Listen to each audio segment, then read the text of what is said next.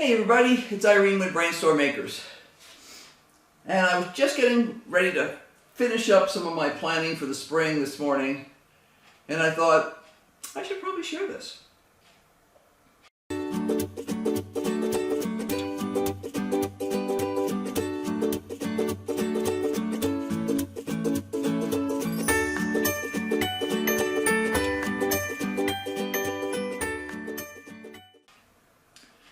Now, before I get into the planning, I have to share, we got a nice little haul of goodies this week.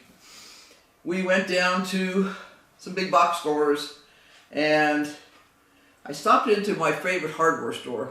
What I love about these guys, more than the fact that they just carry lots of cool stuff, is the fact that they actually have knowledgeable people working there. And they used to be the norm in a lot of hardware stores, even some of the big box stores. But it frequently is not now. So now if I need some help, in fact, usually there's somebody who greets you at the front door and says, "Can I help you with something, or do you need to find out where something is?" And that's kind of unique these days. It's a decent chain store. I mean, it's, you know, it's privately owned, but it's a franchise. And they do a darn good job. And I always check them. Right now I'm checking them for canning jars, because they do have a nice kitchen section there. And that includes canning jars and fermenting crocks and the stones that go on the top of fermenting crocks and the whole thing. So they've got quite a nice little section. I mean, it's a small section, but it's really jam-packed, floor to ceiling. And I always check their garden section, because you never know what kind of useful or amazing stuff you'll find there. There's been times when I've been able to find seed onions or seed potatoes when I couldn't get them anywhere else. And this time what I scored was a new Hummingbird feeder. Now, I love hummingbirds, and hopefully this coming spring you're going to be seeing lots of pictures here. But this is our favorite kind of hummingbird feeder. It's shaped to look just like a flower. I could care less about that. The hummingbirds could care less about that. What I care about is the profile. It's thin. We call these UFO feeders because they're shaped kind of like UFO in the sense that they're not thick. The standard feeders that they sell, if they have a jar on the top of them, like this, they don't work where we live, because we're in a high wind area. The problem with that is the things will rock like crazy from the wind and spill. And I have actually timed it where it took less than an hour and a half to dump an entire brand new container of hummingbird juice. Now, the ants really loved it, but the hummingbirds didn't get any.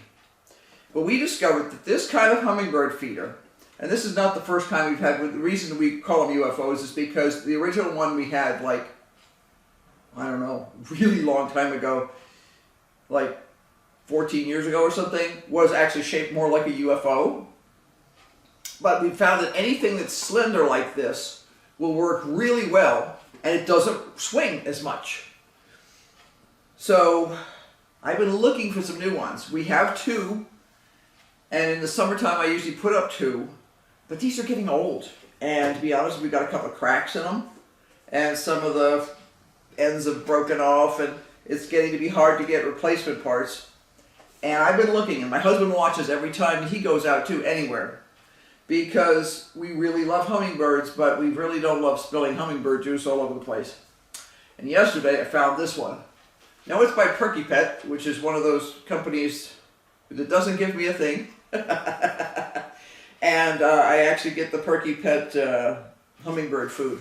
You don't have to, you can make your own. I just find it easy. I buy the powder, I mix it up in a water bottle and refrigerate it immediately, so that any leftover stuff that doesn't go right in here goes in the fridge. And then I can top it up whenever I need to. But I do wash these. You need to wash these about once a week, at least. So I was excited about this one. This one is bigger by quite a lot, and we'll see what I think about that in the long run. I wasn't looking for something bigger, I was just looking for something slim. And this one is designed so that you can either hang it, because these hang. They have a metal rod that goes in here, and they just hang with a hook. And I have a couple of shepherd's crooks out in the garden, which I can move around if I'm redesigning things or anything else.